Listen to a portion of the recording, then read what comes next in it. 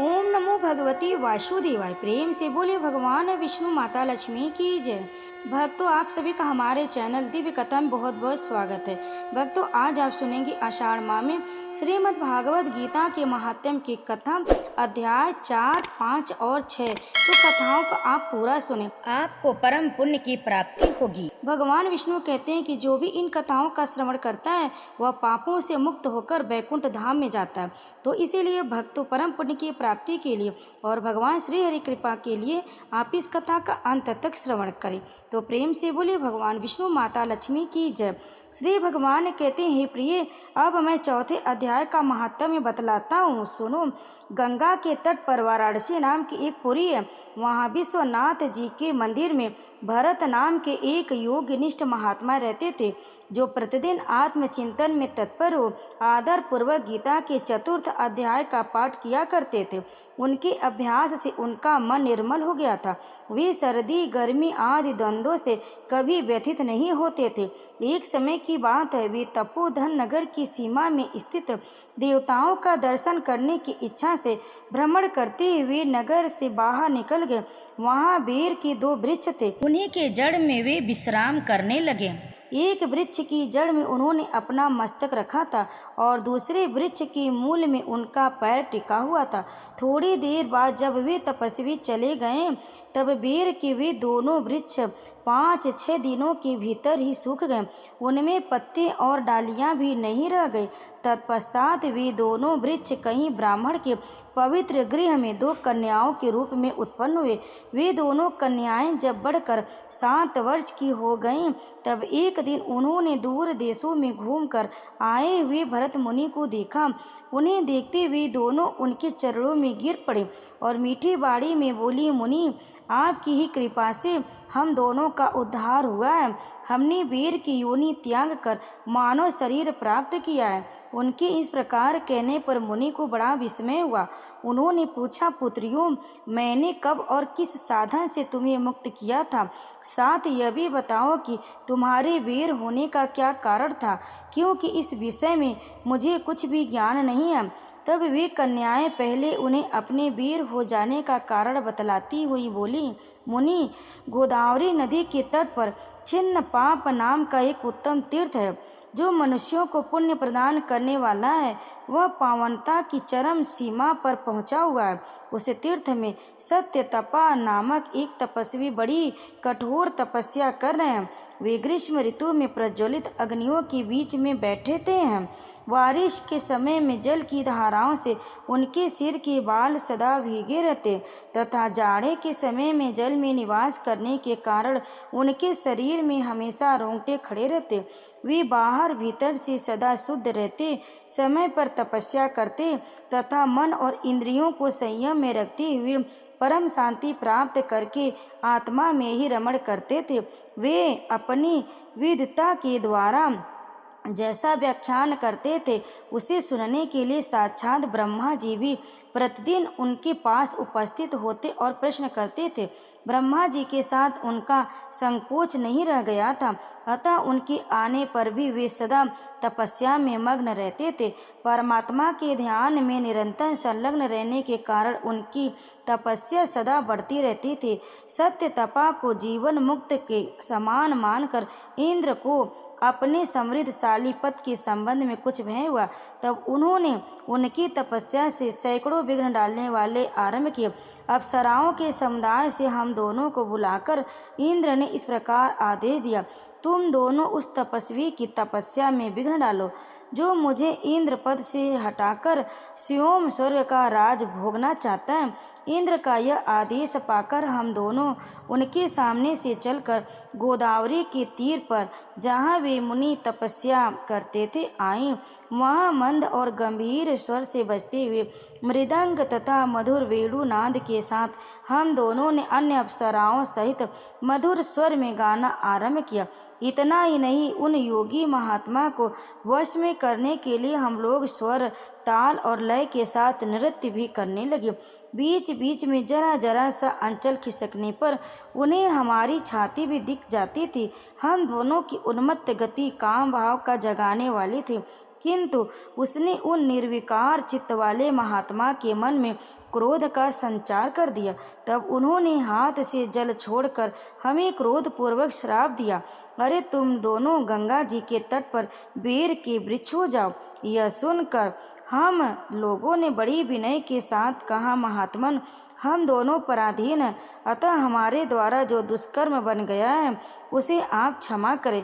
यह कहकर हमने मुनि को प्रसन्न कर लिया।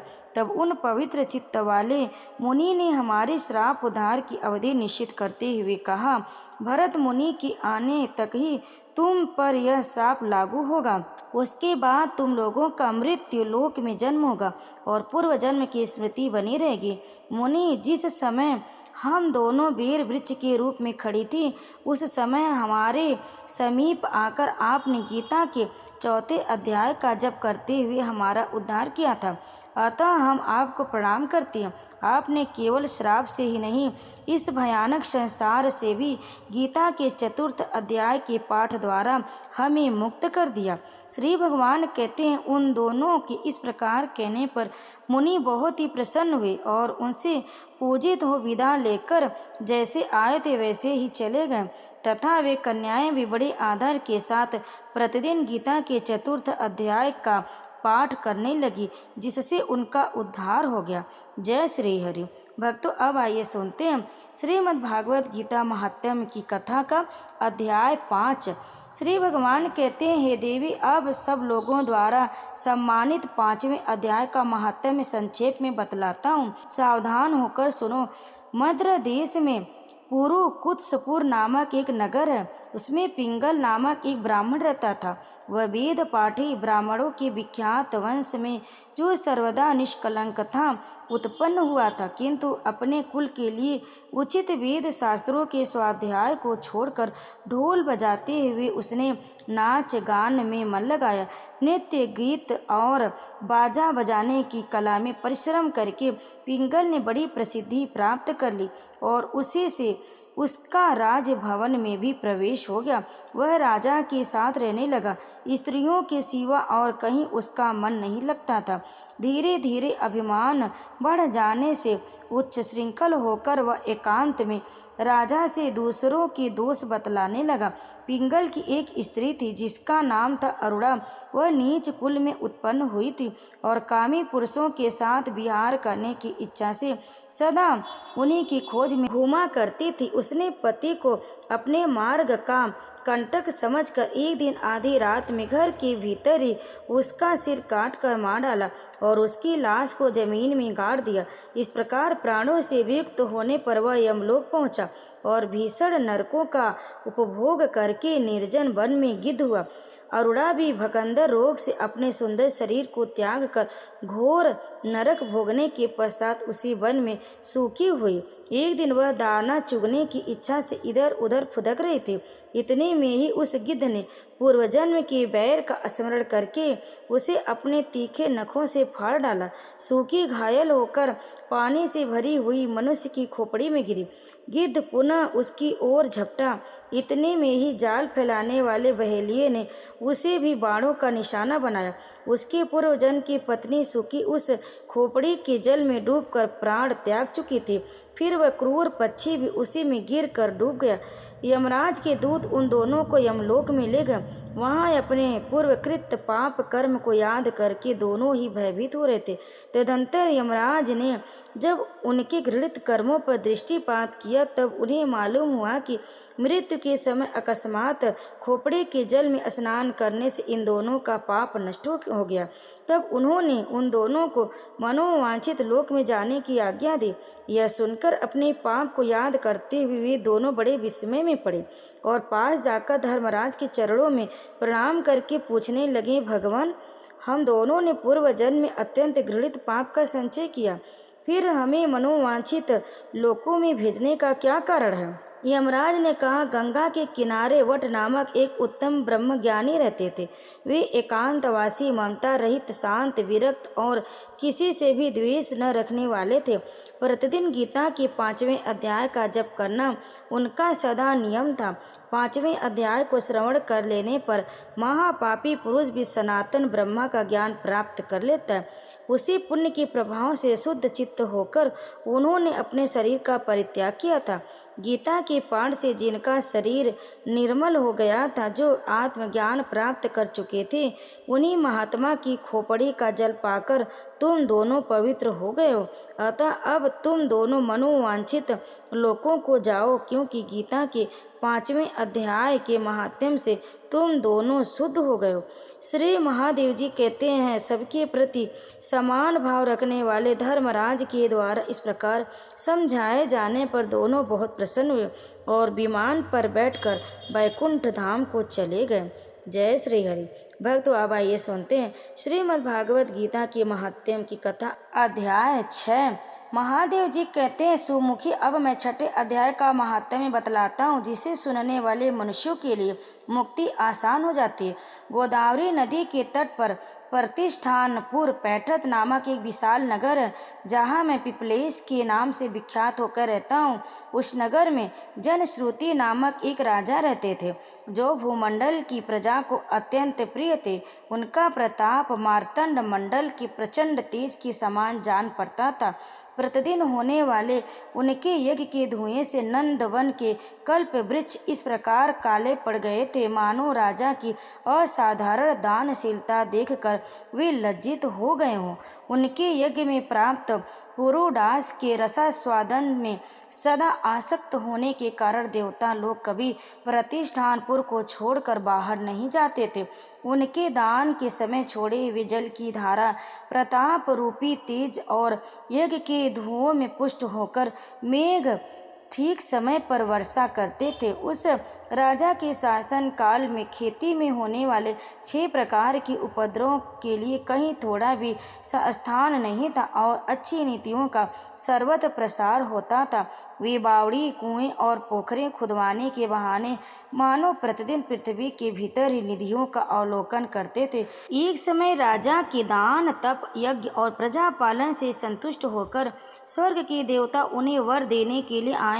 वे कमल नाल के समान उज्ज्वल हंसों का रूप धारण कर अपनी पंख हिलाते हुए आकाश मार्ग से चलने लगे। उड़ते हुए वे सभी हंस परस्पर बातचीत भी करते जाते थे।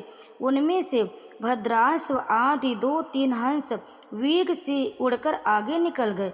तब पीछे वाले हंसों ने आगे जाने वाले को संबोधित करके कहा, अरे भाई भद्रांश, तुम लोग वेग में चलकर आगे क्यों हो गए? यह मार्ग बड़ा दुर्गम है, इसमें हम सबको साथ मिलकर चलना चाहिए। क्या तुम्हें दिखाई नहीं देता?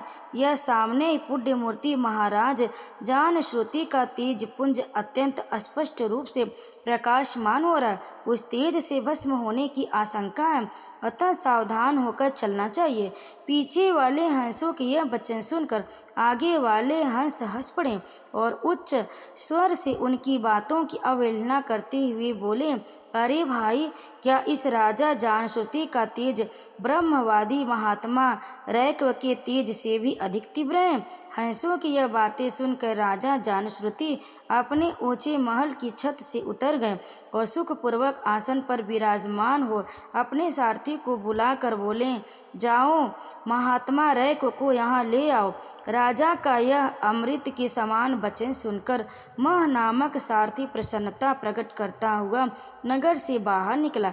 सबसे पहले उसने मुक्तिदायिनी काशीपुरी की यात्रा की, जहाँ जगत के स्वामी भगवान विश्वनाथ मनुष्यों को उपदेश दिया करते हैं।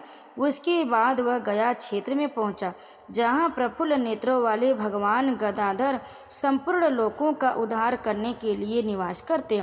तदंतर नाना तीर्थों में भ्रमण करता हुआ सारथी पाप नाशनी मथुरापुरी में गया। वह भगवान श्री कृष्ण का आदि स्थान है, जो परम महान तथा मोक्ष प्रदान करने वाला है। वेद और शास्त्रों में यह तीर्थ त्रिभुवनपति भगवान गोविंद के अवतार स्थान के नाम से प्रसिद्ध है। नाना देवता और ब्रह्मर्षि उनका सेवन करते हैं। मथुरा नगर यमुना के किनारे शोभा पाता है। उसकी आकृति अर्धचंद्र के समान प्रतीत होती है। वह सब तीर्थों की निवास से परिपूर्ण है। परम आनंद प्रदान करने के कारण सुंदर प्रतीत होता है। गोवर्धन पर्वत होने से मथुरा मंडल की शोभा और भी बढ़ गई। वह पवित्र वृक्षों और लताओं से आवृत है। उसमें 12 वन है। वह परम पुण्यमय था। सबको विश्राम देने वाले श्रुतियों के सारभूत भगवान श्री कृष्ण की आधार भूमि है।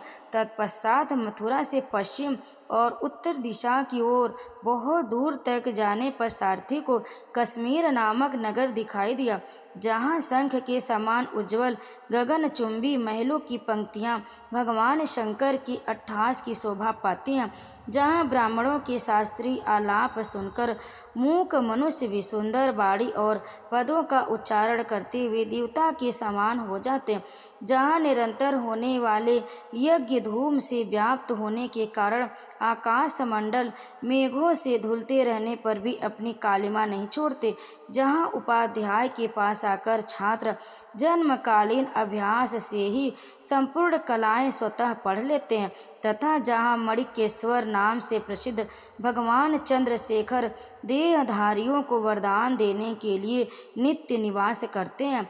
कश्मीर के राजा मणिकेश्वर ने दिग्विजय में समस्त राजाओं को जीतकर भगवान शिव का पूजन किया था, तभी से उनका नाम मणिकेश्वर हो गया था। उन्हीं के मंदिर के दरवाजे पर महात्मा रैक एक छोटी सी गाड़ी पर बैठे अपने अंगों को खुजलाते हुए वृक्ष की छाया का सेवन कर रहे थे। इसी अवस्था में सारथी ने उन्हें देखा। राजा के बताए हुए भिन्न भिन्न चिन्हों से उसने शीघ्र ही रैक को पहचान लिया और उनके चरणों में प्रणाम करके कहा, ब्राह्मण, आप किस स्थान पर रहते हैं? आपका पूरा नाम क्या है? आप तो सदा स्वच्छंद विचरने वाले हैं, फिर यहाँ किस लिए ठहरे हैं? इस समय आपका क्या करने का विचार है? सारथी के यह वचन सुनकर परमानंद में निमग्न महात्मा रैक्व ने कुछ सोचकर उनसे कहा, यद्यपि हम पूर्ण काम हैं, हमें किसी वस्तु की आवश्यकता नहीं है, तथापि कोई भी हमारी मनोवृत्ति के अनुसार परिचर्या कर सकता है। रैक्व के हार्दिक अभिप्राय को आदरपूर्वक ग्रहण करके सारथी धीरे से राजा के पास चल दिया। वहां पहुंचकर राजा को प्रणाम करके उसने हाथ जोड़कर सारा समाचार निवेदन किया। उस समय स्वामी के दर्शन से उनके मन में बड़ी प्रसन्नता थी। सारथी के वचन सुनकर राजा के नेत्र आश्चर्य से चकित हो उठे। उनके हृदय में रैक्व का सत्कार करने की श्रद्धा जागृत हुई। उन्होंने 2 खच्चरियों से जुती हुई गाड़ी लेकर यात्रा की, साथ ही मोती के हार, अच्छे अच्छे वस्त्र और 1 सहस्त्र गौवें भी ले ली। कश्मीर मंडल में महात्मा रैक्व जा रहे थे। उस स्थान पर पहुंचकर राजा ने सारी वस्तुएं उनके आगे निवेदन कर दी और पृथ्वी पर पड़कर साष्टांग प्रणाम किया। महात्मा रैक्व अत्यंत भक्ति के साथ चरणों में पड़े हुए राजा जान श्रुति पर क्रोधित हो उठे और बोले, हे शूद्र, तू दुष्ट राजा है, क्या तू मेरा वृत्तांत नहीं जानता? यह खच्चरियों से जुती हुई अपनी ऊंची गाड़ी ले जा, ये वस्त्र, ये मोतियों के हार और ये दूध देने वाली गौवें भी सियों में ही ले जा। इस तरह आज्ञा देकर रैक्व ने राजा के मन में भय उत्पन्न कर दिया। तब राजा ने श्राप के भय से महात्मा रैक्व के दोनों चरणों पकड़ लिए और भक्ति पूर्वक कहा, ब्राह्मण, मुझ पर प्रसन्न होइए। भगवान, आप में यह अद्भुत महात्म्य कैसे आया? प्रसन्न होकर मुझे ठीक ठीक बताइए। रैक्व ने कहा, राजन, मैं प्रतिदिन गीता के 6ठे अध्याय का जप करता हूँ। इसी से मेरी तीजो राशि देवताओं के लिए भी दुस्सह है। तदंतर परम बुद्धिमान राजा जानश्रुति ने यत्न पूर्वक महात्मा रैक्व से गीता के 6ठे अध्याय का अभ्यास किया। इससे उसे मोक्ष की प्राप्ति हुई। रैक व पूर्वतः मोक्षदायक गीता के छठे अध्याय का जप जारी रखते हुए भगवान मणिकेश्वर के समीप आनंद मग्न हो रहने लगे। हंस का रूप धारण करके वरदान देने के लिए आए हुए देवता भी विस्मित होकर स्वेच्छा अनुसार चले गए। जो मनुष्य सदा इस एक ही अध्याय का जप करता है वह भी भगवान विष्णु के स्वरूप को प्राप्त होता, इसमें तनिक भी संदेह नहीं है। जय श्री हरि। भक्तों, यह अध्याय यहीं पर समाप्त हुआ।